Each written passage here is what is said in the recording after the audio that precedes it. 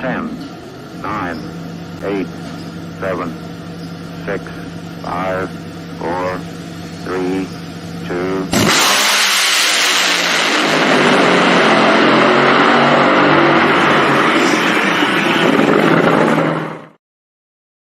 Drag racing fans, what is going on tonight? It is the 14th episode of the Power Hour, brought to you by Competition Plus. Hey, we are getting those tires going. Those 18-wheelers are getting loaded up. Everybody is ready to go racing. So I hope you guys are. I hope you guys are ready for another exciting Tuesday to talk everything racing. Maybe a little controversy, maybe a little bit of our opinions. Whole lot of our opinions. But I'm not the only one. I'm Slammin Sam, and my co-host is the Monday Morning Racer, Lee. What is going on? Oh, man, it is going on in the world of drag racing for sure. Some announcements are being made. Shots are being called.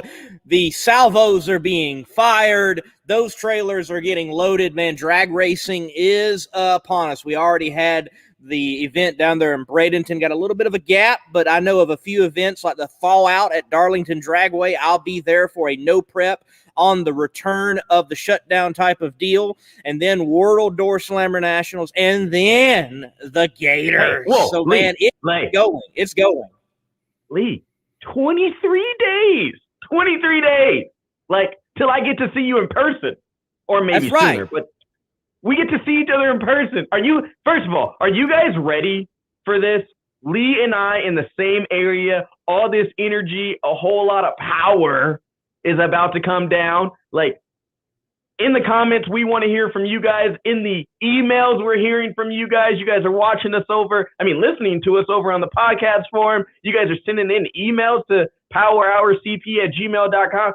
Lee, 23 into Door Slammers, and 31 to the Gators. Are you? Man, I'm looking forward to it. I'm looking excited. forward to it. It's exciting. We are almost there. Just got to get through February, and we are seeing some world-class door slammer action. Nitro is being fired back up. It's spectacular. Hey, I understand that you have got some points to make of a somber tone, though. Yes. To a very good friend of mine, the 8-2 Mafia, our hearts go out to you, Victor. He was a friend of mine that I talked to a lot. We called him the Pimp. So Victor and his family, and to all the 8-2 Ford guys out there, a tragic loss. Another loss in the drag racing community, and it hits close to home, talking to a guy 24 hours before he passes. And then also, and I don't want to mess up this last name, but George L. I'm just going to, the passing of him. So out to the racing community, we're really, really, truly losing a lot of people, a lot of loved ones in this community. So with all this energy that's going on, I want to take this moment, everybody that's in the racing community, your loved ones, your family, everything. Guys and girls out there, let's love the people that are close to us. Let's, hug them. Make sure you give your high fives to the people you see at the track, because we never know what can come, what phone call you can get tomorrow. So everyone, with the excitement going into the 2021 race season, then again, let's, give back and love those people that we love doing this sport with. So Lee, as much as sometimes we disagree, I do like you. I like you too, man. But I like even more that we're going to have the Ron and Ron show later on, because we've got Rahn Tobler and Ron Caps on the show. Yes, folks, we will start using last names at that point. Trust us. That's what I was going to say. Do we say Caps and Tobler? How do we? Because if you just say Ron, you never know. It's got to be at least Caps. He's used to that. But I definitely think it needs to be Mr. Tobler. Yes. Yeah, I agree. Yeah, I agree. Speaking of a guest, though, we've got someone in the studio. I really don't want to bring him on, but we got to. He's the boss, and he's got something to say. No! Do not do that! Stop it! Bobby. I'm gone. 10-minute break. I'm going to take a break. Last week, I sat back as you guys talked about how Tampa Bay had zero chance against the Kansas City Chiefs. Nope. Put you guys both on here. Nope. Haven't I taken enough beating already on this show? Hey, I want you to pretend that you're Patrick Mahomes on one side of the ball and I'm Devin White and you're about to run for your life. Okay? I sat back there. I watched everybody say Tampa Bay has zero chance. I want you to say, Mr. Bennett, your Tampa Bay Buccaneers are world champions. Okay, timeout. Okay, no first, timeout. Okay, no, whoa. I have challenge flag then, because technically they're not world. Technically, and this isn't a football show, but we're going to turn into the debate really quick. Bobby, I'm going to act like Shannon Sharp. Bobby. Oh, now they won the Super Bowl, but they're not world champions technically because they only played against people here. World, you see, I give it to you. They're Super Bowl champs, but all right. They played everybody in their world. So in their world, yes. That makes them world champions. Okay. Man. And while you're getting all high and mighty here, just because the Chiefs got beat down on Sunday, do you remember who they beat down 18 years ago? You really cue the Jeopardy music. You're really gonna beat me. You're really gonna bring me down here, aren't you? What? Yes. Frank Holly did the other week. I give up. I surrender. Okay. Yes, you guys beat my beloved Raiders. I get it. We stomped your Raiders like we stomped the Chiefs. Mm. But even though you guys have zero chance of being NFL prognosticators, yes. I do say with all sincerity, you make one hell of a team when it comes to the Competition Plus Power Hour, and we could not have chosen two better hosts for the show. Well, Bobby, football, you still suck. Hey, in my defense, I did not watch a single NFL game this year, not even the Super Bowl. So I was going off on a whim in that moment. And I will say this, Bobby, I know you're on air, but you can tell me later I'm the better host, okay? You can tell me later. You guys, I know I have the face for radio. I tell you what, you guys absolutely couldn't have picked a better team. Unlike what you guys picked last week. I didn't have a dog in the fight. Team. There it goes. Hey, look, you can say what you want. You can say whatever.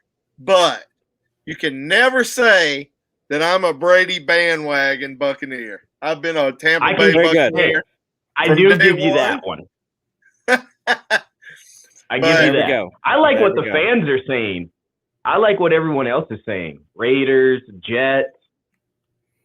You got some Browns in here. Some Browns, you know. Oh, wow. Yeah. You know how I respond to that? Losers. Wow. Man. Hey, you enjoy it. You enjoy it until Brady actually does retire. You enjoy it. So. Oh, he's not going to retire. He's going to play till he's 150 years old. Probably so. He's going to be like John Force. He's going to be the Chris Karamessinis of football. That's what he's going to do. That's right. Boy, what a story week. Great. What a story week for Competition Plus. Oh. Wow, yes. And we're going to dive into that. Well, we're going to build up to that. We are. He's going for knockouts in round 1. We're trying to make it to at least round 5 before we start ducking and diving. Right. There's a few other things that we want to mention before we get there, but wow, man, it is lighting up in the drag racing world, in particular the motorcycle world. Boy, I'm going to tell you what. You see Mike Ashley's on here. Maybe, there's your chance right there, Lee. I know. Well, I'm gonna hold Mike to that. If there is Speaking of Nitro more- Harley, if there is Speaking of Nitro Harley at the Gators, like I'm bringing someone from the pits over to the Ashley camp, be like, here he is, ride it. Hey, I will tell you guys this. In 1998, I climbed aboard a Nitro Harley to warm it up in the pits. And let me tell you something. There is no way in hell I would go drive those things. I mean, I'm just like, holy moly. When I sat on that thing and the throttle hit a couple of times, seat in the clutch, I'm just like, dude, I felt like a man of men when I walked off of that thing. So I can only imagine. And this is in the days of the guys like, Ray Price, Jim McClure, and those guys. Right. And I'm like, dude, if I ever got in a bar fight, I don't care who it's against. If it's against a whole group of NFL players, I'm calling those two guys. Because to get on one of those bikes, wow. But again, getting back to the Pro Stock motorcycle class, I mean, for once, I am absolutely excited to see what happens. And Man, look, there's going to be a title belt. Right. Woo! If they wanted attention, if they were concerned about attention on their class, they got the attention now. They have stole the show over Nitro going into the Gator Nationals. It's gonna be a throwdown. I'm telling you. And you know what? One thing, Matt Smith, give him credit. He said he didn't care if anybody else said anything. He was going to speak his mind, and he That's did. right. He did. He did. Yeah, some love we're him, looking some forward hate to him, but you can never say that he won't stand up for what's right or That's what right. he feels is right. That's right. And That's right. A whole lot of things, and I won't hold you up. I'll let you get back to your do Ron show here. How's that go? To do Ron. I'm telling you what, drag racing's a better sport because it had Rahn Tobler in it. I don't think we're completely rid of him. Not that we ever wanted to get rid of him. I think he'll be out there. I mean, because, even when I retire, even when I cash out one day, not that there'll be the big cash out, but I'm just saying, it just never leaves your blood. I mean, because I still remember being that 12-year-old kid that got giddy over a 67 Corvette Stingray and small block 50-pound flywheel going through the gearbox. You just never forget that stuff. And for these guys, they just they have made our sport so much better, and they've made our sport great. Our sport was great, but they just took it to another level. As I see you guys, when you put in your time here, when you've been around this sport like I have, really, if you realize it, this is my 41st year in drag racing. 41 years I've been in the sport, and I've worked professionally. Yeah, I'm if you think Tom Brady is old and you got to cut him up and count the rings, you look at me. But you know what? I started young in this sport. I was actually 13. I had my first published piece in Super Stock and Drag Illustrated when I was a teenager on an obscure bracket racer named Scotty Cannon. Wrote the first story on him that came out.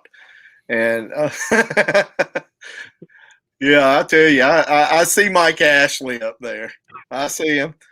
I'm not going to talk about his jets, but anyway.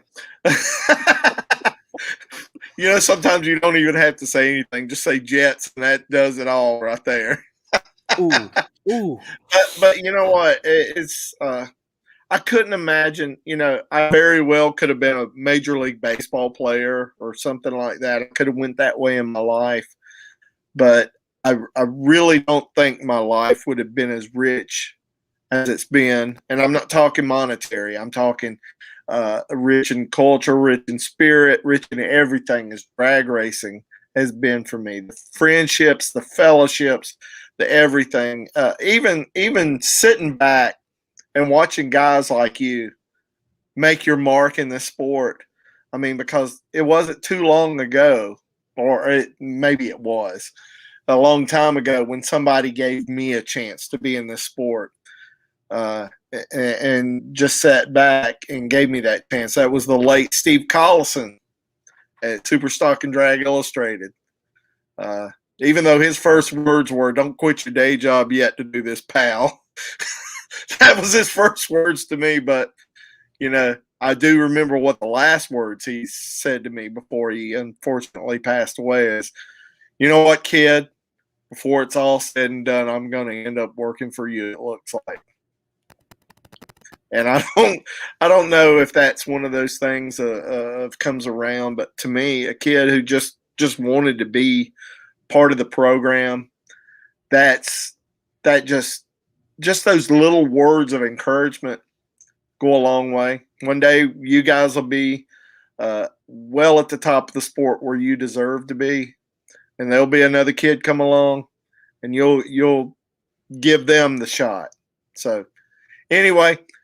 Even though there, let me get my camera right here. There we go. There you go. Yes. Congratulations, hey, one Bobby. last time. Who's the Super Bowl champions? Tampa Bay Buccaneers. You got that right. You guys have a great show.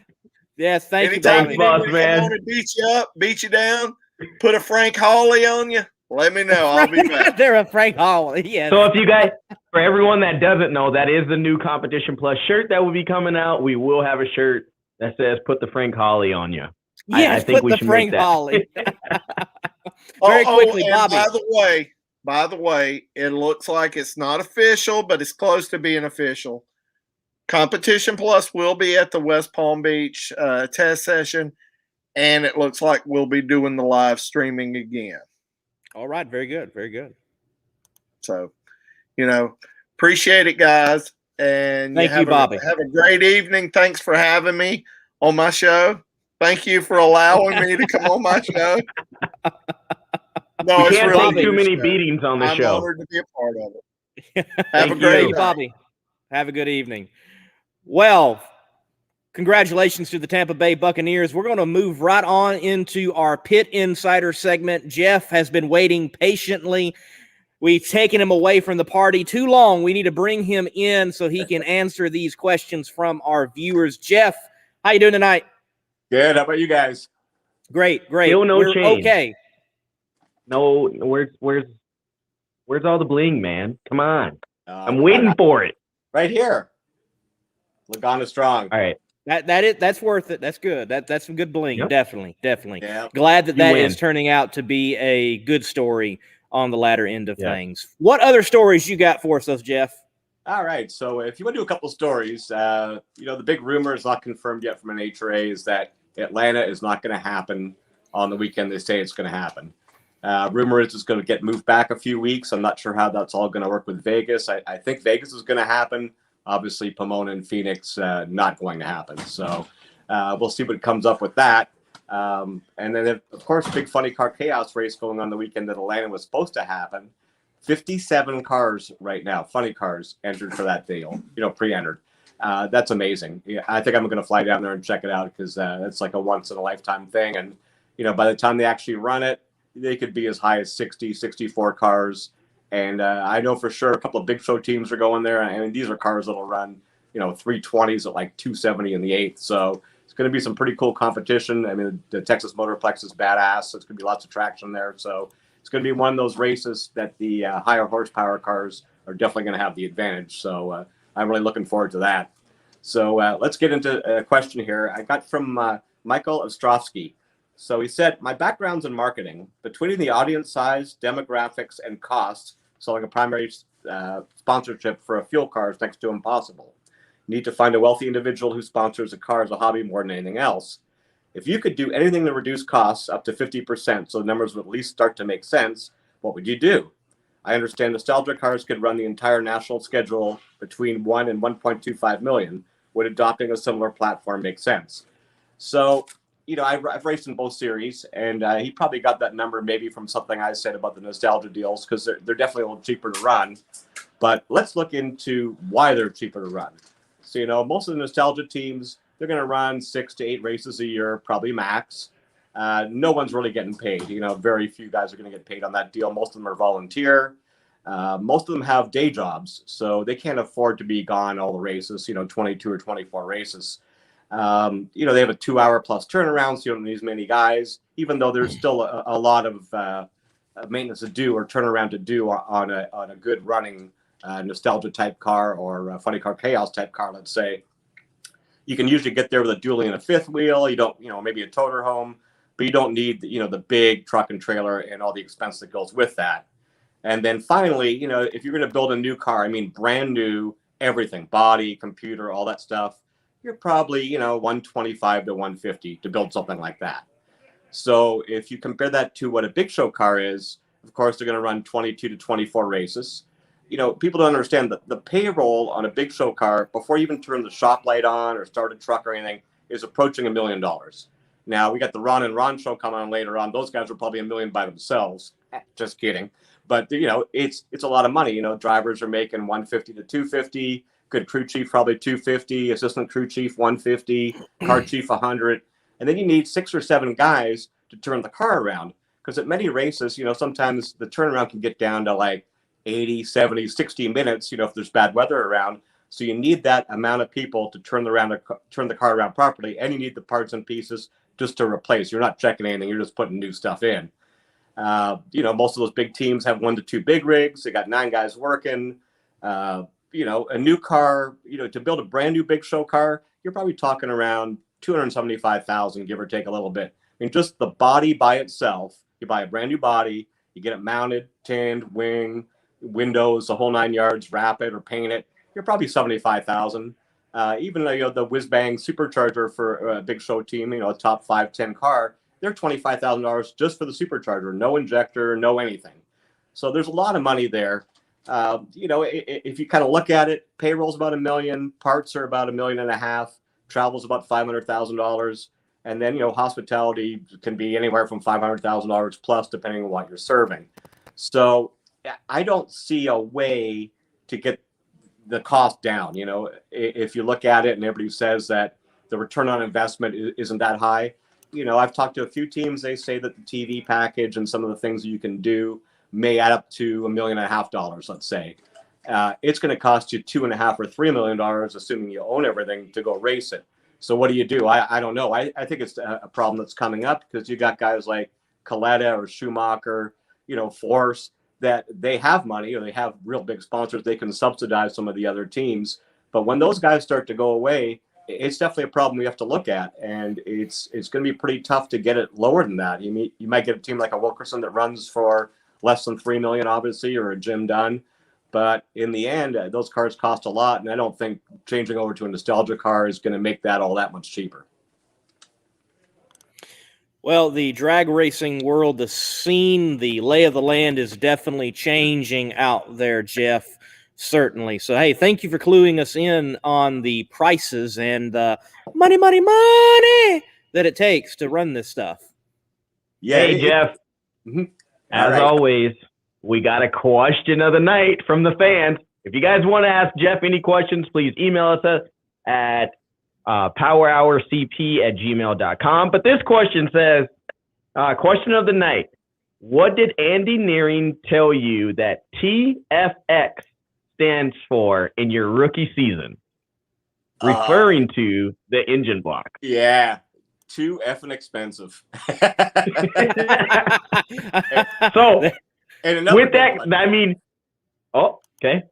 Another good one. So Paul Smith, back then they had a thing that came up called the BDK valve, right? And BDK valve, basically, you had a certain amount of fuel at the head of the throttle, and then it would go up to a certain amount, and then the BDK would bleed fuel off to make it run a little leaner and get some more speed at the end so you didn't drop cylinders. And Paul Smith's line for the BDK valve was black duck crank valve.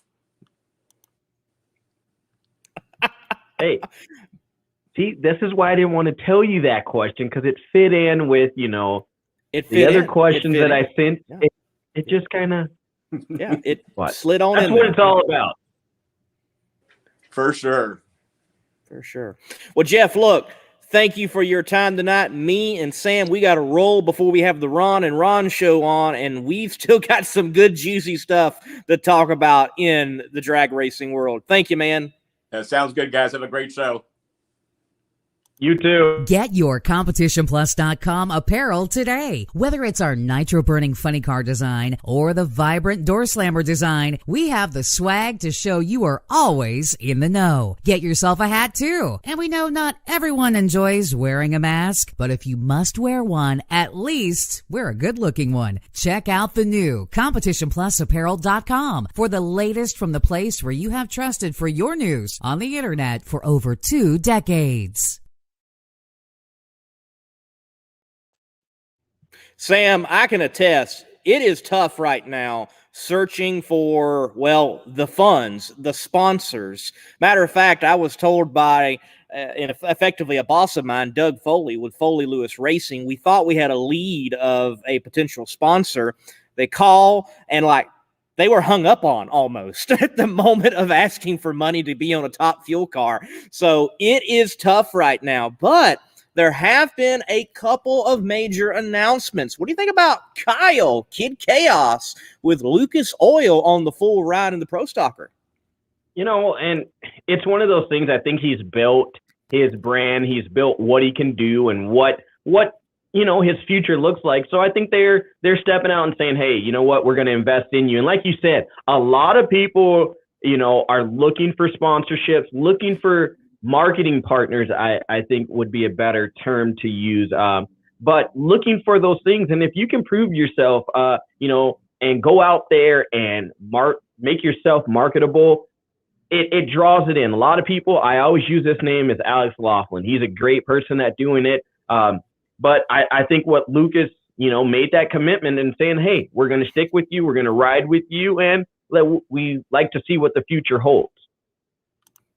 Right. And it's great to see an established brand like Lucas continue to stay in the sport and go into the Pro Stock ranks. We see them be involved a lot in the Nitro ranks, but now they're going naturally aspirated with the door slammer there. But another big announcement, Angel, she has got a brand new partner into the drag racing world, Mission Foods, one of the world's largest food providers in the Mexican style of food, you could say, tortillas and wraps. $billion company. Their name on her bike.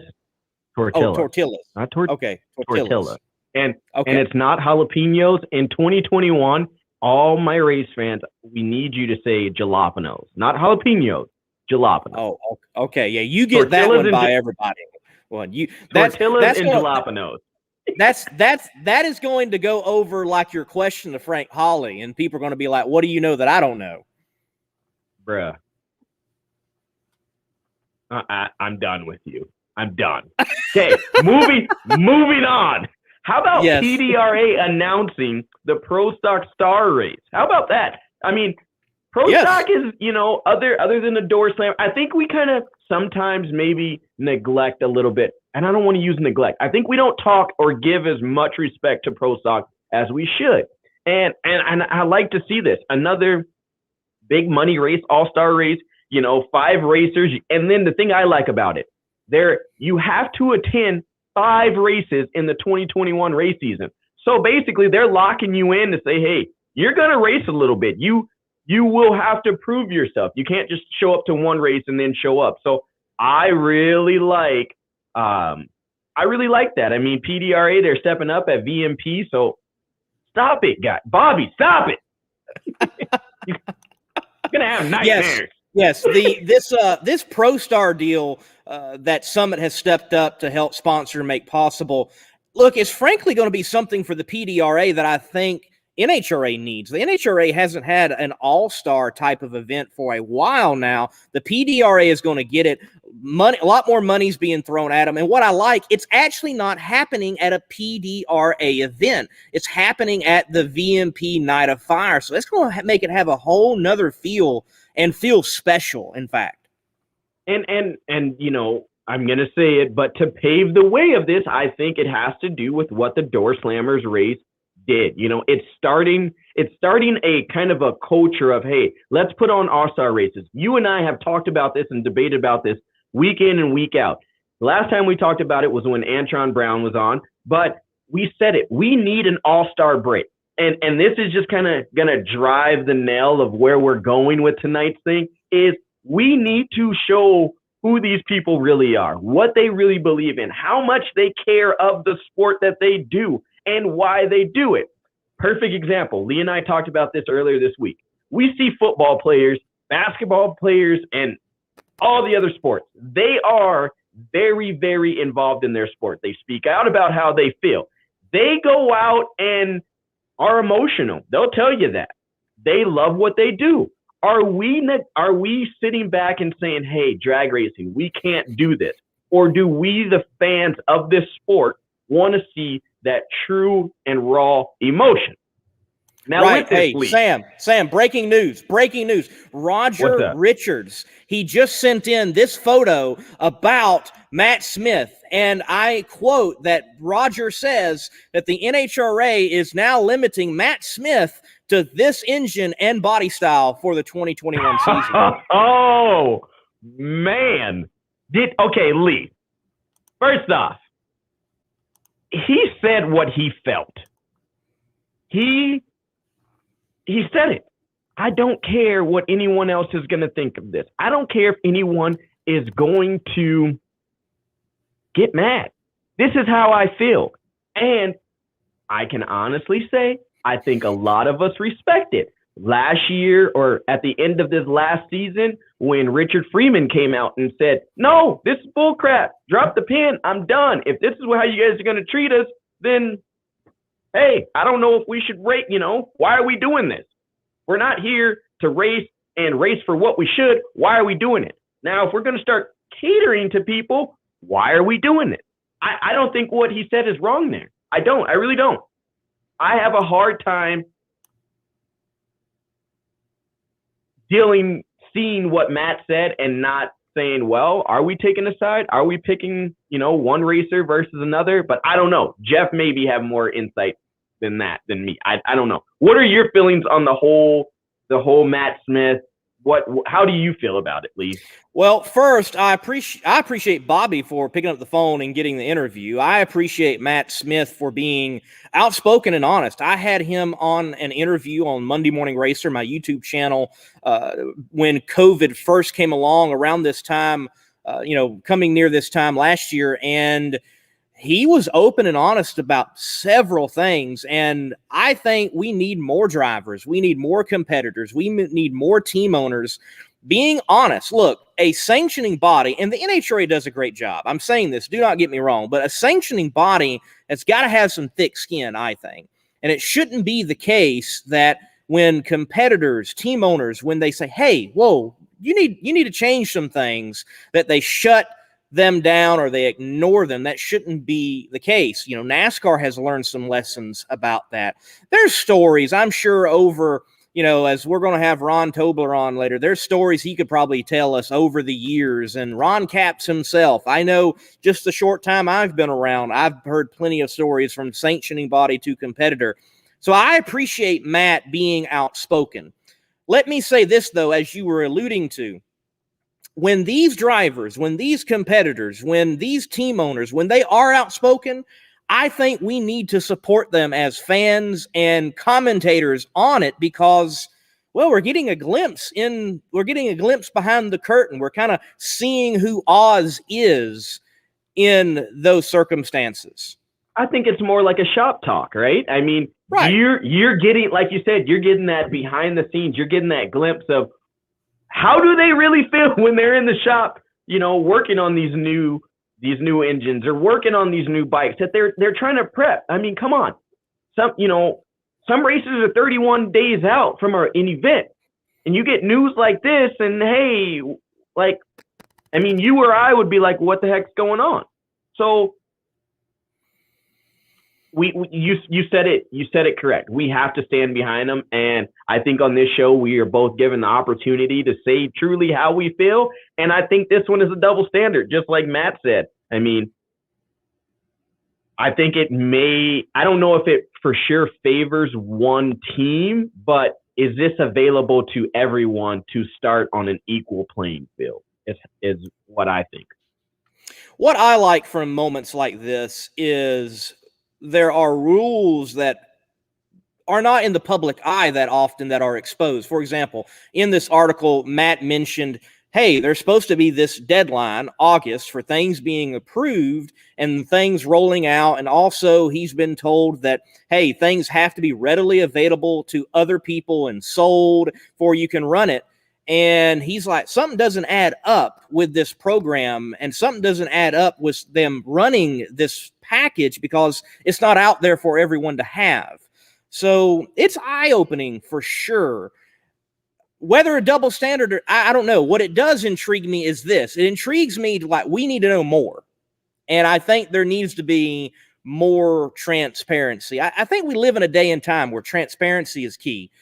People want to know. And the way in which information can pass so easily today, there's no reason that it, shouldn't.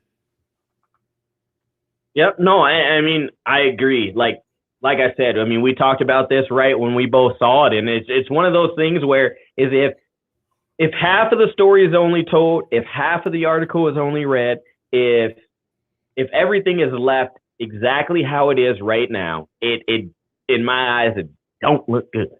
Like, you've got stuff that isn't available to everyone. You've got maybe, a door that was left open and a paper was slidden, underneath the table or something like that. In the world that we live in today, there's been a lot of that. So, I mean, we have to know more. And at this point, I think that shop talk and that door needs to be open. And I think what Matt Smith did was open it up. And I think we should see a lot more. I think going forward, there's going to be a lot more people willing to speak out and to be heard and to get their opinions across.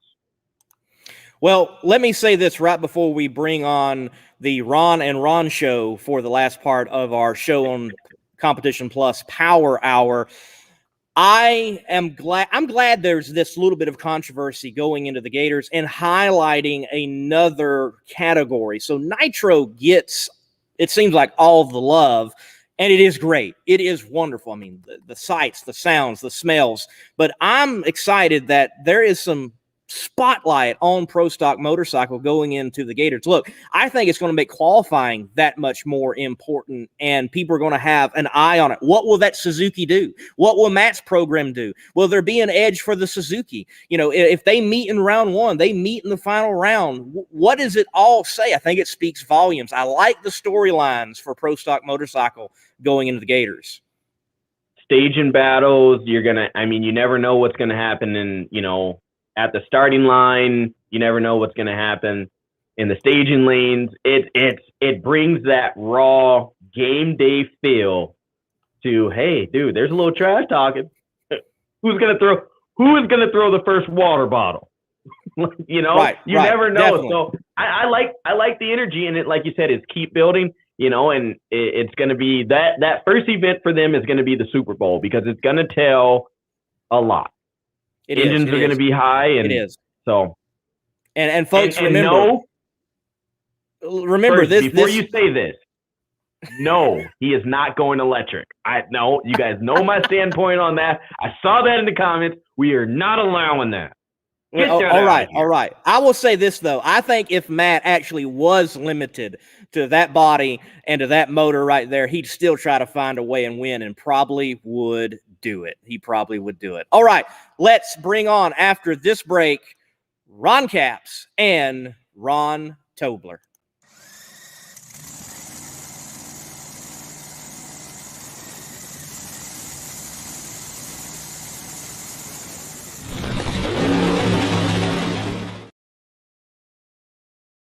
All right. First guest we're going to bring in for the night of the two, the man that is second on the win list for Funny Car, Ron Capps. Ron, how you doing tonight, man? Can you guys hear me all right? Hey, it's Yes, we Cap. hear you. All right. Caps tonight. Yes, Can't yes. call him We Ron. were I now got henceforth. some new ear things, so I want to make sure the volume worked.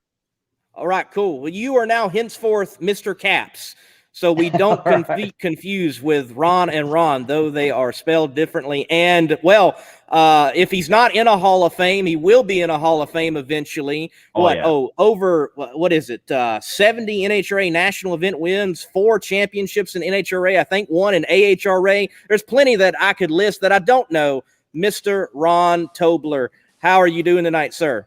I'm good, guys. How are you? Thanks for having me on. Well, we're glad to have you here. Honor, privilege. What's up, So what Cap? shirt choice is this? What are you wearing? Yeah. What am I Let's see wearing? the shirt.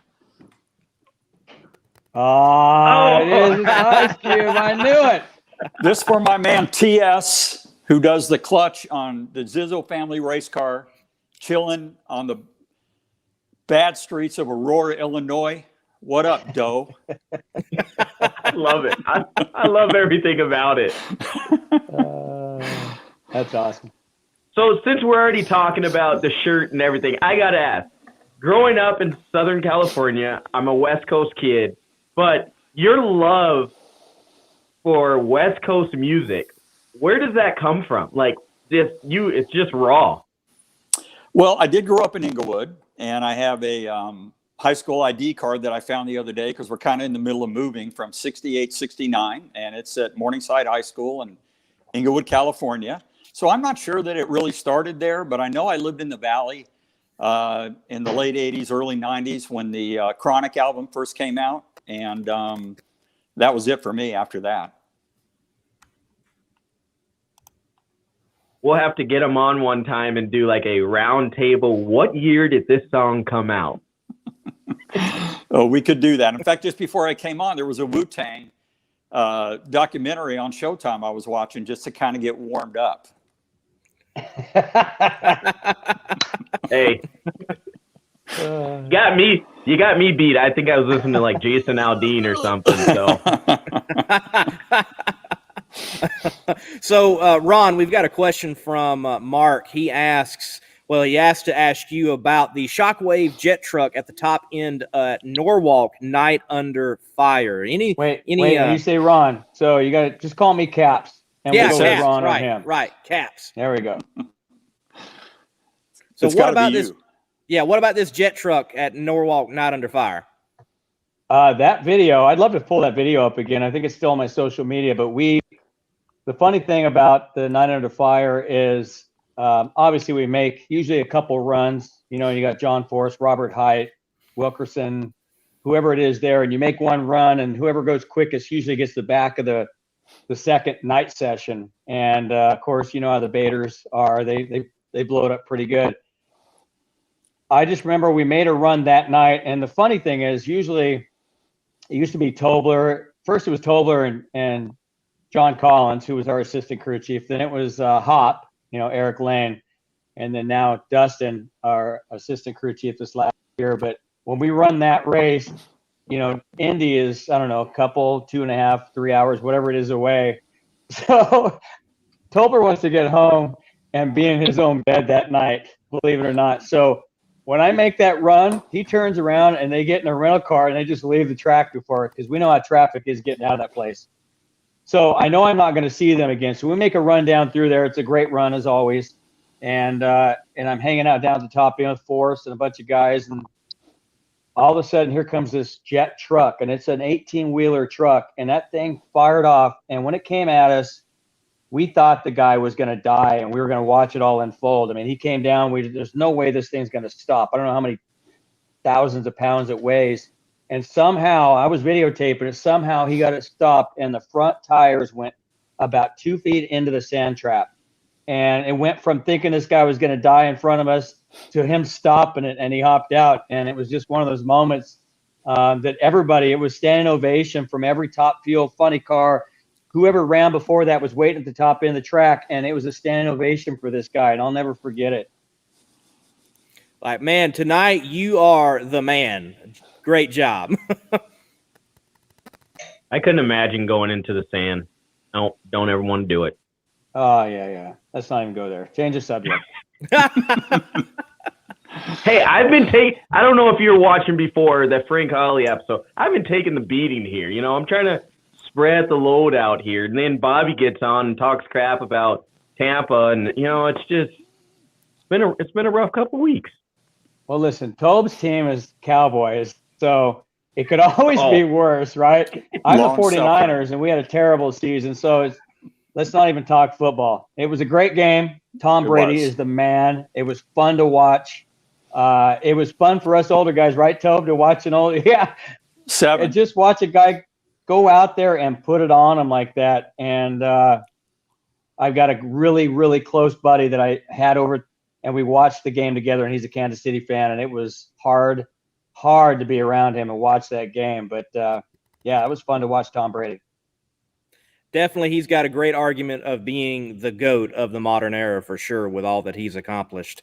So, Mr. Tobler, Bill Anderson, he's got a question for you. He is curious, what did it feel like to transition from being an independent match racer tuner with Shirley for, 12 years or so there in 91 to 03, go to a Coletta super team, and then I'll add to it, go on later to be involved with Don Schumacher Racing. So what was that transition like? What were the challenges, or did you get into it like a, duck in water? Well, I mean, first of all, you got to remember for those 12 years, I was the only guy back at the shop. So I had an army of guys who would fly in every week, and we'd run the car. And when they got there, the trailer would be set up, the awning would be set up, everything's polished, all the parts are fresh. And then they'd leave and go, get all this done by the time we get back next week. So I think it was more of a shock to get to a place that had 8 or 9 crew guys. And I remember my first month in January, I'm thinking, we're not going to get all this done by the time we're supposed to go test in Vegas or Phoenix or wherever it may be. So, I think that was one of the things that I remember, going into that. But they gave me a great tune-up to work with. I got to Connie let us crew chiefs kind of do our own thing. So that was pretty cool. I had a very good run with Dougie. There's TS chiming in right now. It was just a great opportunity for me. It got me back into big time drag racing and, propelled me into the seat that I'm sitting in now. That's awesome. So with, starting in 1976 and 38 years of this, and how does that feel to know, leaving, but you're not gone yet? You're still continuing. Well, I'm gonna have to correct you on your math, Sam. That's 44 years, right? Oh, and I actually started in 1971 with Dickie Venables' dad. So one of the bad things about retiring now, I was hoping to get to my 50th year in drag racing, which would have been 2021, but it didn't happen. So it's kind of nice to be out of that thought process. Although now I'm thinking about we're going to move and we're going to do all this, and I got to get the logistics. The crew chief never leaves you, whether it's putting a spark plug in a lawnmower or whatever you're doing. You're going to do it the right way. And but it's been different these 2 days, Monday and Tuesday. These 2 days have been my first days of retirement, so it is a little bit different. So, Caps, I've gotten into iRacing since the last time that we had you on the show, and been thoroughly enjoying it. The street stock streets are wild in iRacing. They are absolutely wild. But talk to me, man, on iRacing, what are some of the tracks that you enjoy, and what's up with the Monday Night Racing gang? What's that all about? Monday Night Racing is a bunch of media guys that started it. Some guys that work for Fox, NASCAR, a lot of behind-the-scenes media guys. I was invited into this thing, and Kyle Busch runs it. We've got Chad Reed, the Supercross champion, a bunch of people. I could go on and on about real drivers to jump into it, but really it was kind of a media guys that started it, and it just was fun to jump in and race with these guys. And then you got a lot of NASCAR, IndyCar guys that once in a while will hop in, and it just became kind of a thing. And Monday nights for us is always travel home, and I live in California, so a pretty good chance I could get home and jump on my rig and race. So it just all worked out, and it's been a blast. So it's kind of grown and grown and grown. My favorite tracks, Watkins Glen in a Pro 2 truck has probably been one of the funnest. Just weird stuff like that. Like you said, the street stocks. I don't necessarily like the NASCAR stuff as much. I like getting on a Radical and hopping in and racing somewhere. We're going to race Indy cars at Talladega next Monday night, which are going to go probably 240 miles an hour. It's going to be insane. So anyway, it's just a lot of fun. But I want to ask Tobe. I just saw him take a sip. I think he's got a Meloncello. Let me see what you got there. Well, yeah, that was my first Meloncello. This is my second one right there. Now, you guys, this is hard to find. You got to understand. That is not an easy drink to find. In fact, I think when his wife and him went to Italy. Well, when we went to Italy is where we first saw it. But then I came back here and looked for 5 years in this country and couldn't find it. And I finally found it at a Italian wine store in Boston. So I get it shipped in regularly. This is the stuff. When you guys all wonder what's going on in a race weekend, let's see, I roll in on a Friday and we're getting ready for qualifying, right? And I've been traveling. Maybe Tobler might have sent me a text or we'll back and forth. But when I get to the track, I can't wait to hear what the plan is. What's he got going on? What are we doing? We got a new injector. We got to do this. He's got a new pump. Okay, all that stuff. But the main thing is you walk in and you catch up on what's been going on. Has he been on a trip? What's the new wine that maybe he has been out to dinner and somebody sent him? So the fun part for me on Fridays has always been since 2012 is rolling into the lounge, taking my backpack off, getting my uniform out, kind of like Mr. Rogers, right? I take all my jeans and my slip-offs and I put my uniform on. And at the same time, Tobler catches me up on what's been going on in the world, not the racing world, but we catch up on what's been going on in Tobler's world and all the rumors, all the stuff. And some of the funnest things are to catch up on what his trips have been, or what maybe he was out and about with Jimmy Prock on a trip before this last race we just showed up to, and just a lot of fun stuff. So I'm going to miss that more than anything, those Fridays of showing up and kind of catching up on what's going on, let alone the wine get-togethers, but that when I saw him take a sip of that, it just reminded me that was a whole story and just one of those things that nobody would understand. And you would probably laugh as a race fan, a hardcore race fan, if I told you that's really what's going on in our lounge before we're getting ready for Q1. Yeah, Mr. Tobler, when did the wine tastings and your interest in wine begin? Because, I look back in the tapes of like 80s and the 70s and, Mr. Tobler doesn't look like a wine drinking guy. Well, it really wasn't. I think it kind of soured me, like at the Texas drive-ins where I finished high school, drinking Strawberry Hill and Boone's Farm Mountain Grape or whatever. But I never drank wine again until I was like 51 years old. And when I went to work for Coletta, there was a gentleman named John Glover, who was an Englishman, and he worked for Champion Spark Plugs. And he was really involved with the Coletta team. So we go to dinner with him. And I would watch him drink wine, and I thought, man, the effort and the time and the perusing of the menus that he puts into this, I said, there must be something to this. So that's when I started drinking wine, probably in, 51, it'd been 2005. But the wine nights in the Napa Lounge kind of came about a little bit before Ron and I got together. Tim and Kim Richards were at DSR running Ron's car. And they were good friends of mine and my wife, Ellen. And so when they came to the races, I would go over to their trailer on a Saturday night and take a bottle of wine, and they would bring one over to mine the next weekend or whatever. But that morphed into a kind of the social event of the weekend. And, I think our record for the number of people crowded into our little lounge on a wine night is at 22. But that's really the things, aside from missing this guy here on this other screen, but those are the things that I'm really going to miss is the friendships, the camaraderie. In the end, to me, that's what drag racing is all about. That's awesome. So looking at it, right, 31 days out right now from the Gators. What is the mindset, I guess, for both of you guys what would the mindset at this point be? What is turning the gears, and what questions are being asked from a crew chief to a driver and vice versa? Well, I think Ron has a lot more questions than I have. yeah.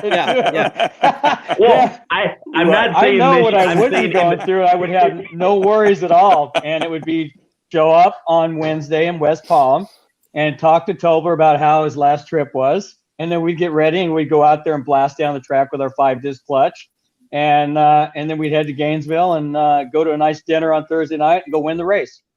That was what normally would happen. So, Tobler, what would your mindset be?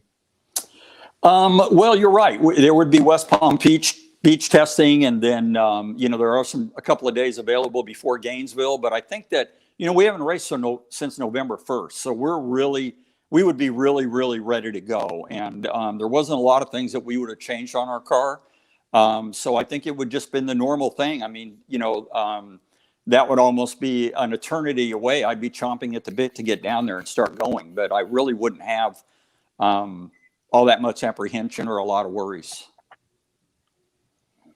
Well, so far this year, you're not having to deal with a trailer fire as the beginning of last year. How big of a setback was that, even for a Don Schumacher racing team in that situation? Because I know it knocked out testing, and then you go to Pomona. So what were the setbacks? And I'll go to you first, Mr. Tobler, as the crew chief. Well, the main setback is that I think it was the trailer happened like at 11:30 on Monday night. At about 4 a.m, I got a text on Tuesday that there had been a fire. And by 7 a.m, I was in DSR. And that's one of the things about working for an organization like that. You never lack for people and you never lack for equipment. So thankfully, the Army truck and trailer was sitting there. And we launched at about 7:30 with everyone that was in the shop. Of course, all the race rigs had gone. So it was the fab shop people, the machine shop people, even the front office people embarked on unloading that Army trailer. And I think by about 9:30, they had it all unloaded. And then it was us loading things into it. And then my assistant, Dustin, and Joe Chrisman jumped in at that night. And we were all going to fly in on Wednesday. But they jumped in at that night and went to Vega, Texas. And then did the swap over in this junkyard dirt parking lot. And everything was sooty and wasn't so much burn up, but just everything was covered with soot. And then I went ahead and flew on Wednesday, and they arrived in the Pomona area on Friday. And Saturday morning, I was up early, and in the Ayers parking lot in Chino Hills, we effected the switch in about 5 days. But just to go back to the people at DSR, they flew a guy out to wrap the trailer, to wrap one of the cars, the bodies that the wrap had got a little crispy on. But we couldn't have done any of it without DSR and the people there. Ron, as the driver, was there any really setback for you, or was it just a shock of the moment and, hey, you were ready to go for Pomona? But we got great, the Ron Capps experience with Competition Plus. That was stellar. Yeah. The thing for me was just the guilt. I mean, I'm blessed to drive the race car, but I'm also blessed to not be on the road. My first couple of years as a rookie in Top Fuel, I mean, I jumped in the truck, I worked on the car. That was part of the deal. And so I had a CDL, and you're on the road a lot. And so I knew how much work was going on. We had the photo shoot in Vegas that I had to show up for anyway, but I just knew, talking to Tobler, he never lacks for having details tidied up. So we had talked about possibilities of places that they could go work. Talked to Dale Worsham. He put the word out of places, and like Tobler said, they ended up working in the Ayers parking lot. But it was just a communication, what can get done.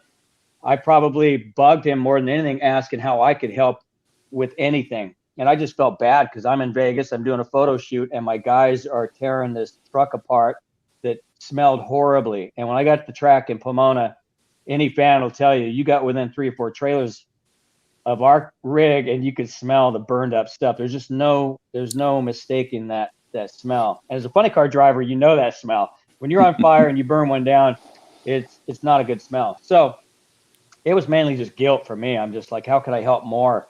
And in typical Tobler led fashion with our guys and DSR. They just, we did what we could do. We got ready. We showed up at Pomona. We got through a weekend that, a lot of teams probably couldn't have as well as we did. And we soldiered on and just kind of got things going. But it was just bad. It was terrible way to start the year. It's too bad we couldn't have got better started. We had brand new stuff ready to run, and just everybody was so excited to unload and show up at testing in Vegas, and we never got to do that. So we were already behind other teams. But I bragged about it before. I could show up qualified 16th, and we have many times, and not worry about a chance to win a race. I mean, it's just the way it works with our team. No lane choice with a lane that nobody's gone down. I bragged about it before, and boom, step on the gas, and the Tobler power was right down the track. And so it was nice to have somebody in that corner knowing that we had a car that we knew we could sort of put together and just get through a weekend and not DNQ or have a sort of a weekend where you don't want to have. And Tobler, a question for you, hearing Cavs talk about, the different setups and everything like that. When you go into a weekend and you have data from past events and past temperatures and everything like that, when you go in and that mishap happens, does it change your whole dynamic of how you look at the rest of the race weekend, or are you still dialed into what your game plan was? Well, Sam, that's a really good question. The thing that I try to tell everybody is you can't, the weekend before, we could be number one qualifier, have low ET over qualifying run and win the race, but it means absolutely nothing when you get to that next racetrack, whether it be weather conditions, so obviously sun on the track, no sun. There are things that we do go back and look from the year before just to try and get an idea of, how a certain track is. We know there's the bump in the left lane in Atlanta at 150 feet. And I think together we won that race at least 3 or 4 times. So we've always been able to navigate it. But you can't sit back and just try to do the same things that you did last weekend, because most of the time it's not going to work. So, awesome. Yeah, I mean, no, go ahead, Sam. Go ahead. No, it was just wondering because, as a small racer myself here in North Dakota, there's, you go to one track or a different track, and even the guys on the dirt side, they always talk about it. Well, we prep this way because we know that this is what this track does. And you're starting to see that swing where guys are like, hey, I've got a setup. I'm going to keep that, and I'm going to tweak it a little bit versus going, all full out because what it's been, 2 years in the past. Well, like something else that was kind of unique in 2020 is that we didn't have 4 qualifying runs anymore. So when we came out of the trailer on Saturday, our sole goal was to go down the racetrack, because if we didn't, then we come up there on the second run only having 2 qualifying runs, and we were on the defensive, and we would have rather gone up there and maybe run a little bit slower but get that full pull and then come back and attack it on Saturday. So the COVID thing and the 2-day races really made all of us kind of tune and think about those kind of things a lot differently than we've ever had to put up with. Definitely. There were some tight spots for you two over the 2020 season. I mean, I was in the stands filming, and we were all shocked at Indy when the car died in qualifying. It's like, yes.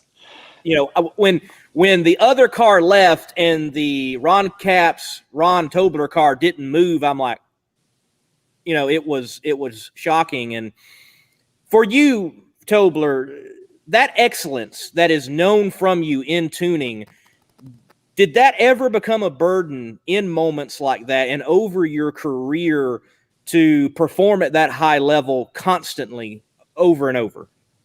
Well, I think that might be one example that I just alluded to. I'm pretty sure that we got down the track on Q1.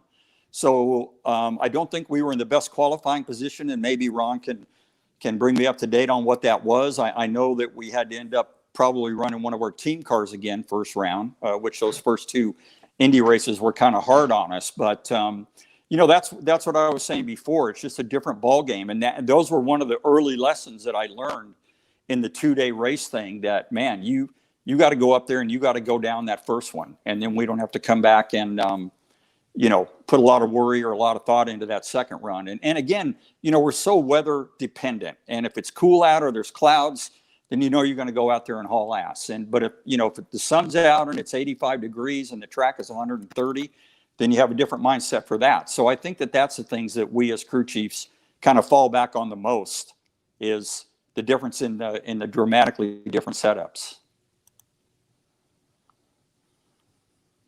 So Caps, for you, with the way 2020 was set up, did you change your driving style any, or was it just hammer down and let her eat with not having all the qualifying and everything like that? No, I didn't change my driving style. Every weekend, every weekend seemed, like Tobler said, there was a lot more pressure on Saturdays on qualifying, just with the 2 runs for everybody, really. And some people just hit it, and some, like we had things that just popped up. It just seemed to be, if you had a gremlin, it was going to pop up, which it's amazing that more teams don't have these issues more often, because there's so much going on, so many moving parts, and so many things have to be right. And that's why I don't think a lot of the fans understand the pressure. Yeah, we got pressure as a driver Sunday morning. You got to go up, you got to cut a light, you got to do what you got to do. But the pressure for a crew chief on a Saturday night, I don't know how they sleep at all, because you've got these hundreds of things that have to be right. And then you got to rely on these people that you've trained and you've loved and you've nurtured to make sure that it's put together and done right. So a good crew chief, you'll hear them thank their guys a lot, and it's so heartfelt, because one little tiny thing's off and then you're chasing something. And it's amazing for me to watch. My favorite wins and my favorite moments over the years, especially when the championship, throughout that countdown of that year, we didn't win one race in the countdown, but we ended up winning the championship. But there's moments when you're like, oh, why is this happening to us right now? Like, it's those moments at a race where you might have had a great car in qualifying, all of a sudden something's not working or something's acting up and you're under the gun and you don't have lane choice. And it's those moments where you really, you're not, most people aren't thinking you're going to win that next round. And you're starting to, maybe in the back of your head, maybe the odds are stacked against us. And then you go out and you pull it off. You find it, you dig down, something happens, you're behind about half a tenth, and you find a way as a crew chief to make the car go 6 or 7, more than half a tenth, and find that. Or a driver gets a hole shot. And those moments, we had so many of those moments together with Tobler and I can tell you, and I've had them through other crew chiefs. Those are those moments that stand out. I mean, there's times you have a great car, you unload and you're number one, you haul ass all weekend, nothing goes wrong, and you might have a couple little small issues, but you end up winning the race. That's great, but those don't stand out. I couldn't even tell you a lot of those, but those moments when you've got to, you think you're down and out, and the next thing you know, you're in the winner's circle, you're cheering, and you can't, and you're just shaking your head. I don't know how many times Tobler and I, we look over at each other and go, I can't believe we're here right now. We did it. And so those are those great moments. So 2020 was a lot of that. 2016 when the championship stands out for me because it was probably the most difficult year as me as a driver, 20 something years of driving a funny car. 2015 and 2016. Dale Worsham won it in 2015. That was really when the laid back headers came along and it became almost on the edge of undrivable, but it was so rewarding when you got down the track. So it was fun for a crew chief to give you a car and then you were like, oh my God, I don't know if I can get it between the cones.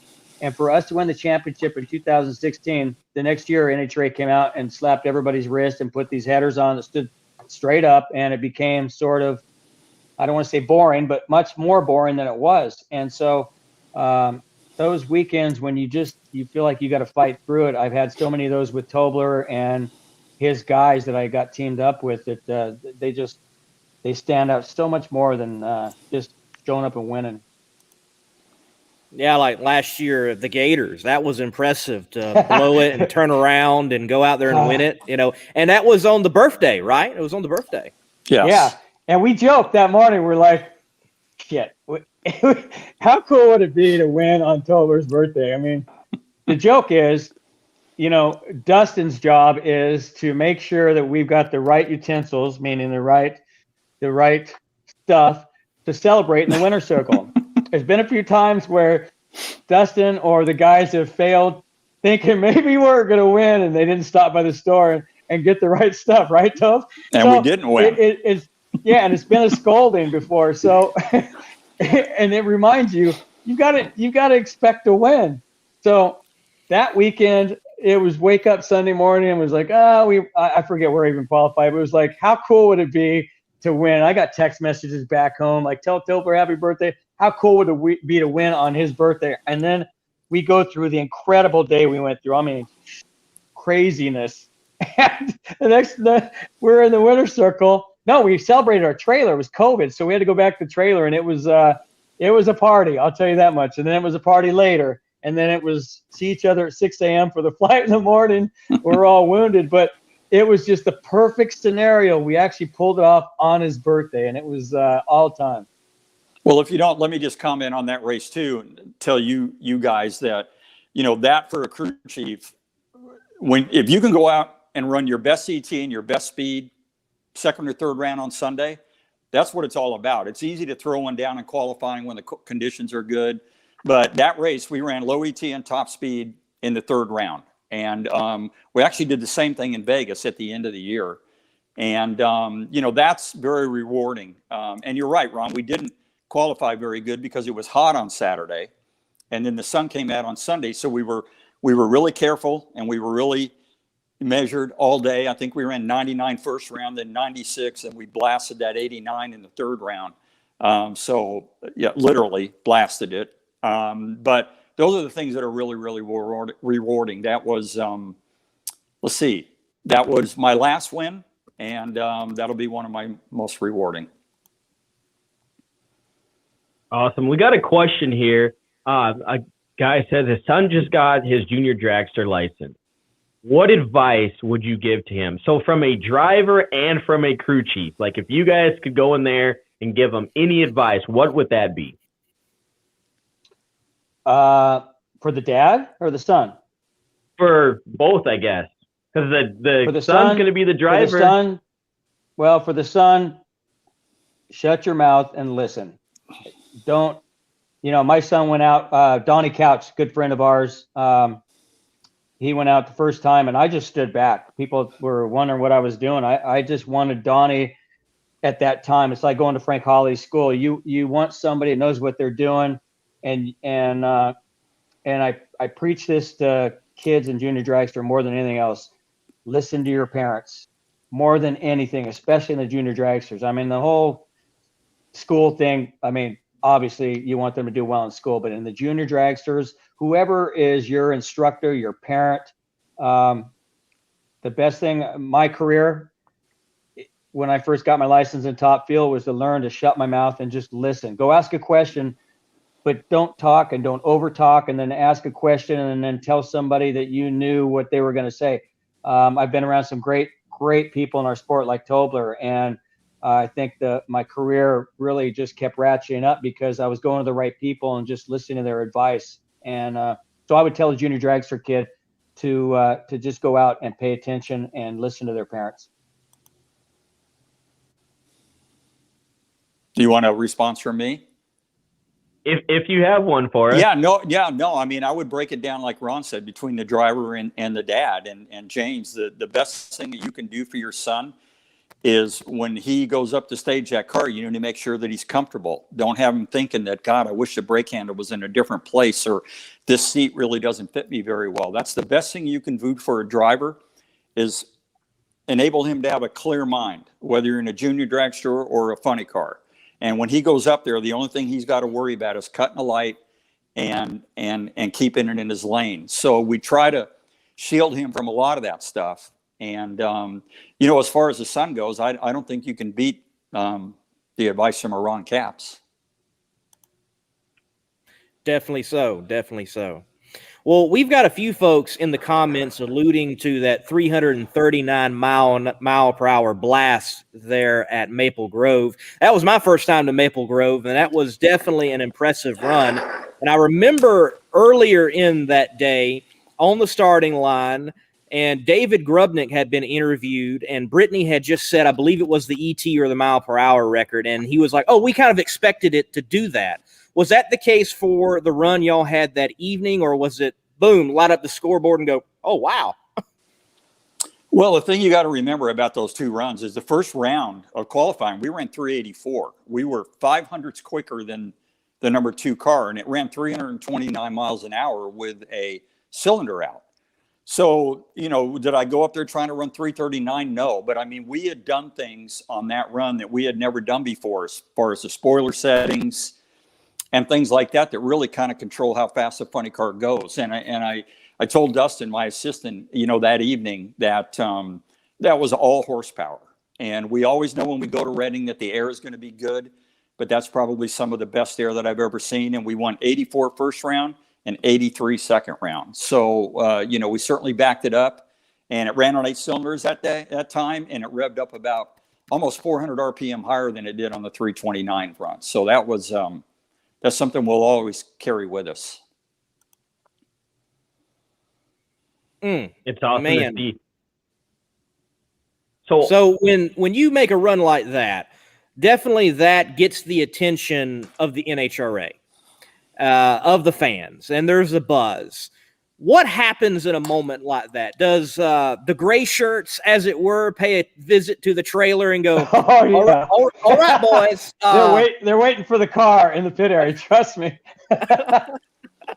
Well, they want the run data, and I didn't even downloaded it yet. But no, I mean, they have been over at certain times, and the main thing is they want to see the data to make sure that the rev limiter has kicked in and worked, and it didn't fail, or we hadn't messed with it somehow, which we didn't, and we hadn't. And they just want to kind of see, I think, that they're setting the bar pretty high as far as the rules and all that goes. So I think it's just a it's an event that they want to look at it, and they want to say, okay, everything looks good. And we've had that a couple other times. So not very many, because we're usually not going out there running big ETs and big speeds, but they were certainly over that night. And just not them, are other crew chiefs maybe, or other drivers like, hey, what's going on? What are you guys doing? Is there a lot of, I guess, fallback after, or questions after a run like that from other crew chiefs? Well, certainly the DSR crew chiefs came over and looked at all the data, and they're obviously privy to all that kind of stuff. But I have a lot of crew chief friends out there, the Jimmy Prox of the world, and the Dickie Venables and the John Collins, that are not only competitors, but they're really good friends of mine. So I think probably in the end, maybe not so much that night, but they mostly all just applauded and said it was a hell of a run. And I think Tasca had run 335 that night. So the speeds were there, and I think it just RPM'd. That thing, like Cap said, that thing was screaming through the lights. So I really think that's where that speed came from. So, Caps, it was earlier today. I was trying to do some research for tonight's show, and I stumbled upon a Paul Page interview with you and Rahn Tobler at the U.S. Nationals. And to effect, you mentioned that, wheeling these things, it's more of a showcase of the crew chief. And you had the opportunity to drive a Rahn Tobler prepared funny car. What does that mean for you over your career? Oh, I mean, it's just more than that. I've been surrounded by a pretty good group of people, with owners and drivers that are historically upper echelon crew chiefs, owners in the sport of NHRA. You look back at Roland Leong and Don Prudhomme, Ed the Ace McCulloch, Don Schumacher, Tim Richard. I mean, you go down the list of people I've gotten to work with. It's pretty cool. When Tobler and I got together, for me, I grew up as a crew member, so I've always worked on them. So I love the I love the battle planning. I love all of that. I love the fact that Tobler's very open and wants to let you know what to expect in the car. Here's what we're going to do.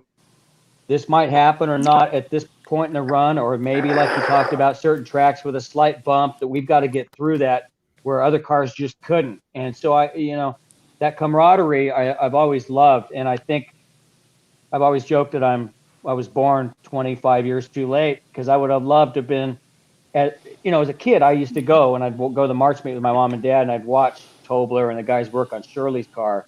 You see all the guys from the band Styx when I was there, Tommy Shaw and these guys hanging out, and just, it was so rock star to me back then to see Garlits and get close to watching them work on the cars and go watch them do what they did on the racetrack. So when Tobler and I finally got together, it just clicked, and we went right off the bat. I mean, I think the next 4 races, we went to the final round, and then we went to Englishtown and we set the national record. And I think that held for 3 or 4 years. Like, it was ridiculous how long that national record held. And that run was one of the craziest runs I've ever had in my life. We went 395, which was pretty unheard of back then as in the funny car class. So and then we went on a streak, and I want to say 60 something runs without smoking the tires that went down the racetrack, which is also pretty amazing for a funny car. So it just flowed, and I knew things were going to be good, and we almost won the championship that year. We fell short of winning it by a few points. So for me, it's always been fun to have that plan of what the crew chief has planned and adapting the best I can and just trying to go do the best I can and drive the car as best I can. And it's not always going to happen. You're driving a funny car, and it's not always going to be in the groove. You try like hell.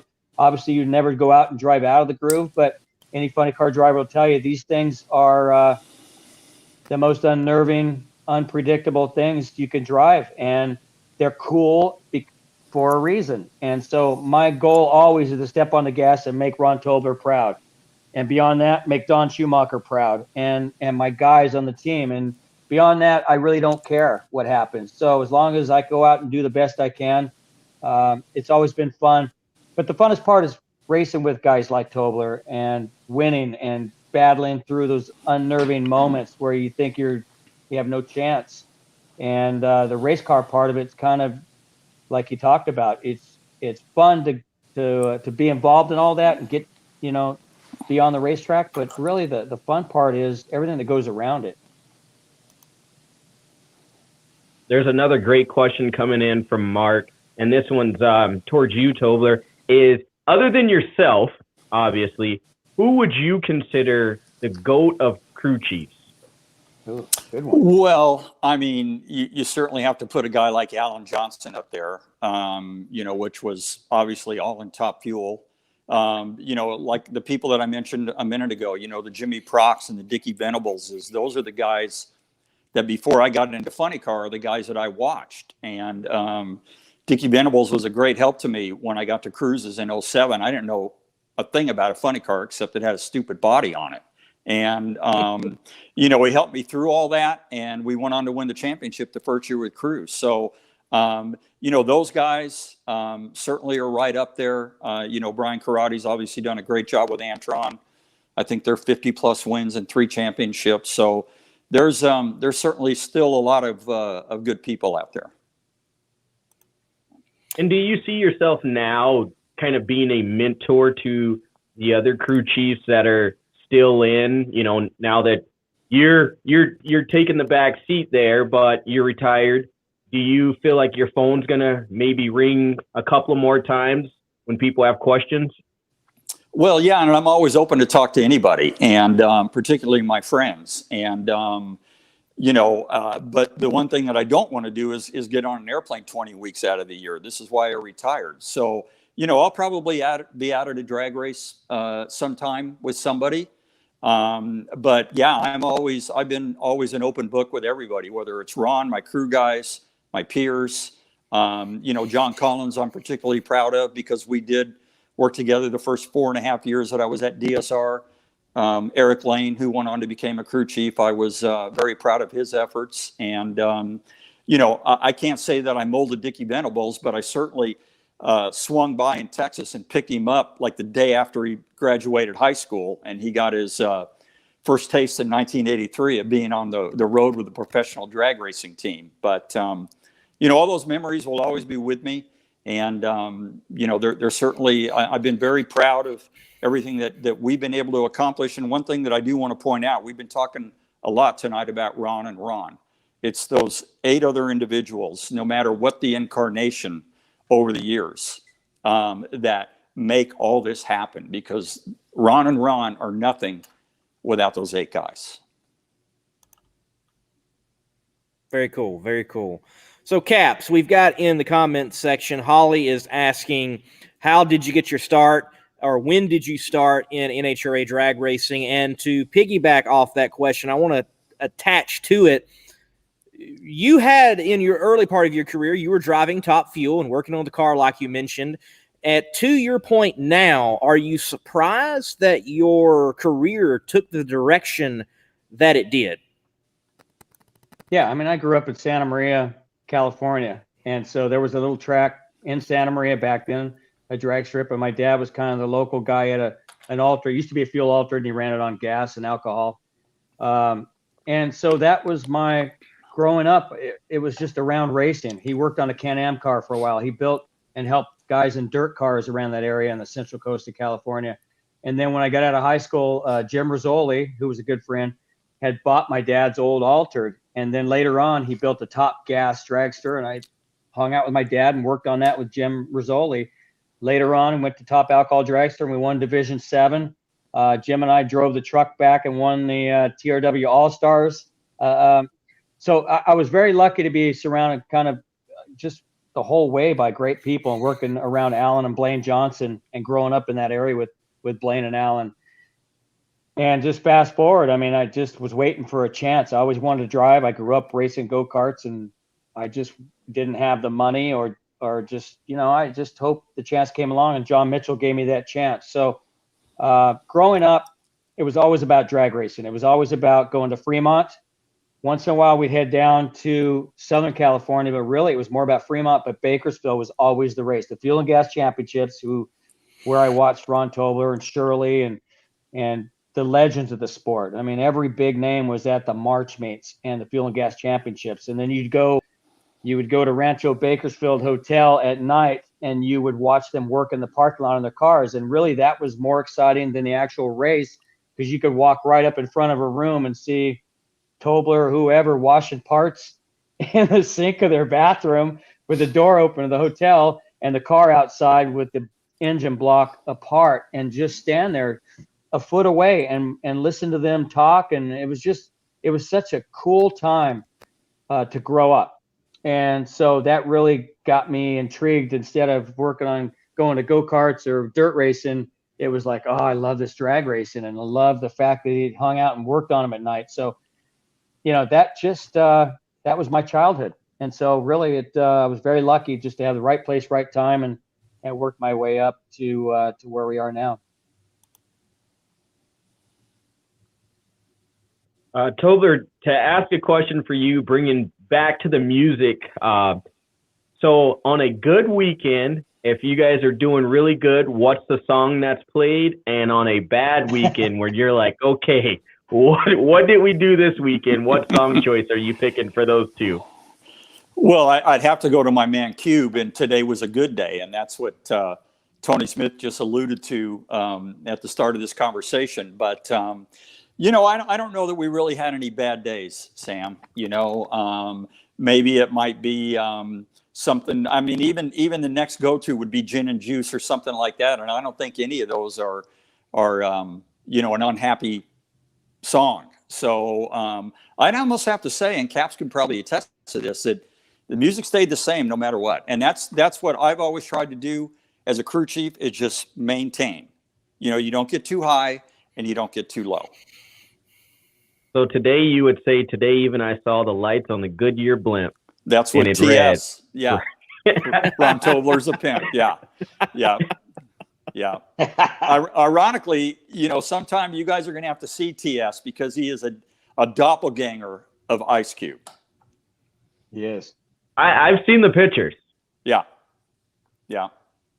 So Ron, maybe, you guys somewhere. If you walked into a wine night, and trust me, if you happen to walk into a wine night, you would be blown away by not only the talent that was in there from all aspects, TV people, other crew chiefs, people were battling for a championship with 2 or 3 races to go, and they're in there hanging out. It was a social event for everybody to blow some steam off, and just hang out. And the playlist would be off of Tobler's phone. So it could go from Linkin Park to Ice Cube to Snoop to Aerosmith. I mean, it was just all over the place. But just the feeling in there. And then a lot of times we just, you have all these people in there, and then I'd grab my backpack and get ready to head out. And these are always these moments I remember where you just, I would go over and, everybody's in there and they're having a good time. And I said, Tobler, I'm heading out. And we come over and we hug and, hey, we're going to have a good day. We're going to win. And most of the time we would, whether or not you really meant it. And there's times we weren't qualified that day, or it's maybe the last run, it blew up and you're just like, oh my God, could you have a little more stacked against you? But no matter what, when I left the track Saturday night or Saturday afternoon, it was always the same feeling, like little hug. We're going to get it tomorrow. We're going to knock it out of the park, and we're going to kick their asses. And more often than not, we did. And those are those moments that you just can never get rid of in your mind. All right, guys, we got to start winding the Ron and Ron show down. Definitely, it's been an honor and a pleasure to have both of you on tonight. Mr. Tobler, my last couple of questions I want to present to you. First, for someone that wants to try their first wine, what should they try? And then I'm a bobblehead guy, and it looks like you got one over there. So what is it? Oh, I didn't know you could see that. I didn't know that was in the shot. Yeah, this is my Clay Milliken bobblehead. I don't even know where I got it, but it's been on my bar like forever. In fact, Grubby was over here 2 or 3 years ago when he was still working for them, and I showed it to him, and he got a big kick out of that. And I'm sorry, Lee, what was the other part of your question? So wine, someone wants to taste that first wine. Well, there's varietals like Pinot Noirs and Cabernets and Zinfandels, and they're all, I would say probably start somebody out with a Pinot, because they're Pinot Noir. They're really, now these are all red wines, but the Pinots are really, really smooth. So when you're going to break someone in on drinking wines, I would start with the Pinots, and then you go with the bolder as you kind of get used to it. And Snoop Dogg's got one now, right? He's got a red wine. He's got a 19 Crimes. It's pretty good. Yeah, it is. Man, red wine tastes good. Oof, that could end up for a long night. Life's too short, right? Well, that's true. So, Caps, are you going to kind of continue the wine nights in tradition, or no? No. No. You can't replicate that. I mean, it's just it is what it is. And I've talked to Amanda Busick and WFO Joe and just people that would pop in there. Brian Loans. Every swinging crew chief, from Top Fuel to team owners, Mama K. I mean, the people who were in these events made it what it was, and it's just there's no way to replicate it. Everybody knew that was the place to be, and that was the spot to hang out, and that was where you ended your Saturday. And it'll never be the same. So unless he shows up and commandeers somebody's lounge and has a pop-up a sort of wine night, which I'm sure could happen. And then my next goal is to have him out to the March meet. I've been bragging on it and trying to get him to come out, and now he's retired. I finally won the March meet last year in a fuel altered, and it's one of the biggest, funnest races at Famoso. And for him, he'd been, I was a kid watching him at Famoso, so it'll be fun to have him and Galvin and Snake and all those guys at the March meet hanging out. Finally have Tobler at the March meet is my ultimate goal, and we're gonna have a blast. So one last fan question for you. here is what's worse, spilling $100 wine or throwing a rod? Who's he asking? Not me. That would be for you. I would that one would be for you. I would have to say throwing a rod because, it puts the driver in danger and we don't like tearing up our equipment. And you know what? There's always another $100 bottle of wine right behind it. So it's not that big of a deal. And there has been plenty of wine spilled in the lounge on a Saturday night. So we never cry over spilt wine. So Never I guess cry my over last question for you is if there is a track that we can all get back together and get you to for wine night. So maybe Lee and I and Bobby can all experience one. What track would that be? Well, I do have a little inside information, and there might be like 4 races that I attend next year, and they would all have to do. Are you breaking news right now? No, I'm breaking a little news, and there's people that know this, but I've had a very nice offer from the Zuzzo Racing team to not only come and just hang out, but from what I understand, they're reconfiguring their lounge so we can have such events. So that would be, Sam, that would be the answer, although they have not formulated their schedule for 2021 yet. They can pick whatever races they want to go to, and they're going to kind of move it towards the end of the year to avoid the COVID stuff. But I can pretty much answer that right now. Okay. We're going to need Bobby. to bring Donnie out. We're going to need security and we're going to need velvet ropes because it's going to be hard. That's going to be hard to get into. You better show up early. Definitely. I just hope Hopefully Zizzo Bobby tones is still down with alcohol instead of ramps up. Yeah. Might have to sell tickets for this. Holy smokes. Yeah, right. Yeah, it'll be fun. Very cool. Very cool. Hey, we'll get some lanyards made. You're going to have a hard card to get in. Right, you got to have a hard card, and we'll get a scanner. And we'll put Donnie, your cousin, out by the door. Yep, security. Or couch, either one. We can do couch or your both. Yeah. Oh, you're wearing a gray shirt. You're not allowed. No. Right. Everybody's allowed. Everybody's allowed in wine night. Yeah. There you go. Well, guys, it's been awesome. We floated a couple of valves. We spun the tires a couple of times, but we've made it to the finish line with both of you guys. Great careers. And for you, Tobler, any final words that you want to say here on the Power Hour? Well, I've been very fortunate in the positions that I've been in over the years, even going back with Dickie Venables' dad and Shirley and then Coletta's and Cruz and DSR. But I will say this guy that's in the bottom right-hand corner of that screen, I've won almost half of my races with him in the last 8 years. And he's the most professional, and everyone's always going to be, particular to their own guy, but he's the most professional. We have a brother-like relationship, and those are the things that I'm going to miss on a week-to-week basis.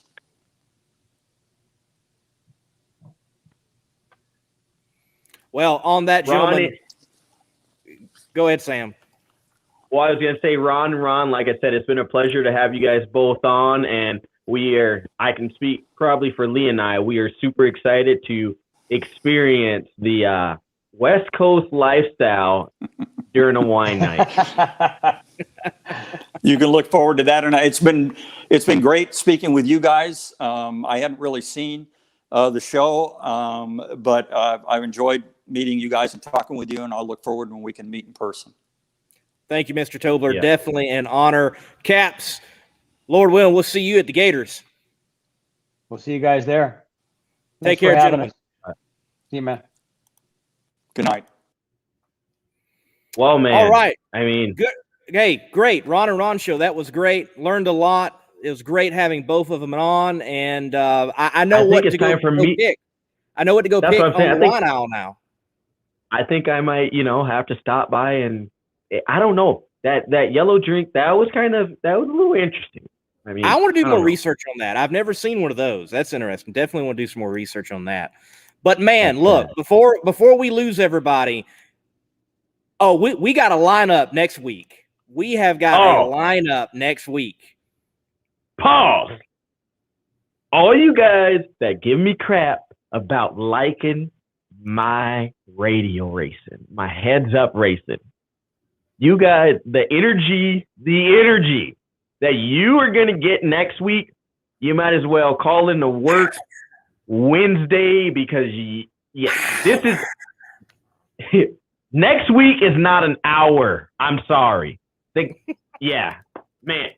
Lee, do you know how excited I'm going to be next week? Radio racing. We're talking radio racing. I'm excited. One of the top promoters, I dare say, in the world. I don't care if you don't like him. If you don't think what he's doing, but you still watch his races, man, come on. Mm-hmm. We are talking about shit. No, I'm gonna let you say it because I might just get too excited and yell in the mic. Hey, I'll let you yell. I'll just quack, quack, quack, quack. I can go and get a duck call. I got one of them. A duck call. Yeah, we've got the duck on, Donald Long. Yes, he is gonna be on. He's a big chain wearing, mink coat styling, radio racing promoting son of a gun. There you go. There you go. But who else do we got on? Yeah, that's not all. That's not all. I think this is the coolest juxtaposition that a drag racing talk show has ever had of guests. Because I think she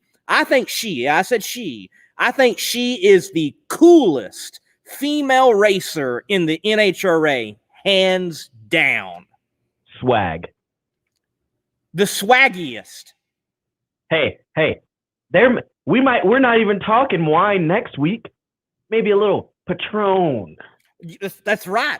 That's right. Some ABK beer on a rocket. Ooh, I see it. Yeah, Alexis Victoria is on the Power Hour.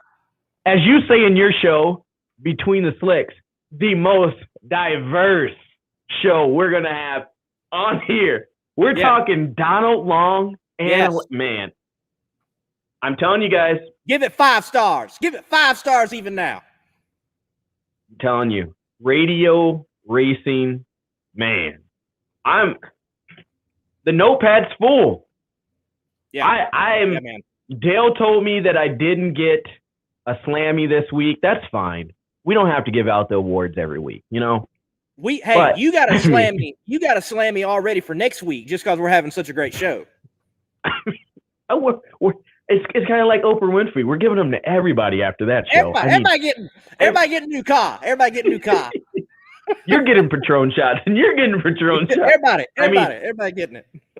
But Lee, what do you got in store for your show? Monday Morning Racer. Check them out on all the platforms. Who you got on your show?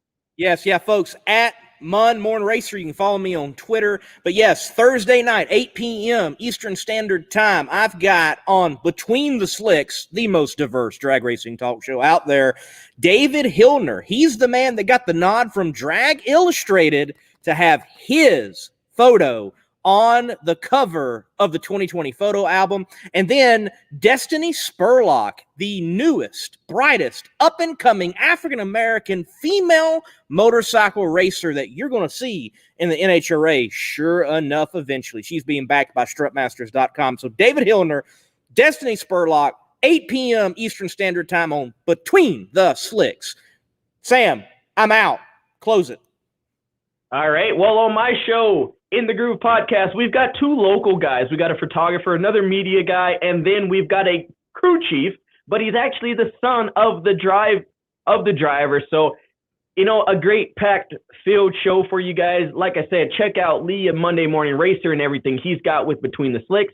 I'm Slammin' Sam, Instagram, Twitter, Facebook, all under Outlaw Performance ENT and Mad Bro Motorsports. You can check out my show, In the Groove podcast. Don't forget, everybody, we are on all your major podcast forums, so go over the Power Hour when you're driving or if you're in the shop and you want to laugh back with us or talk about anything that we're talking about. And you can email us. Get in with the emails and send us questions that you guys may have, and we'll bring them up even for Donald Long. And that is powerhourcp@gmail.com. Again, I am Slammin' Sam. This was the Ron and Ron Show on episode 14 of the Power Hour, brought to you by the great folks over at Competition Plus and Bobby Bennett and the winning Tampa Bay Buccaneers. Peace, y'all, till next week, because the energy is going to be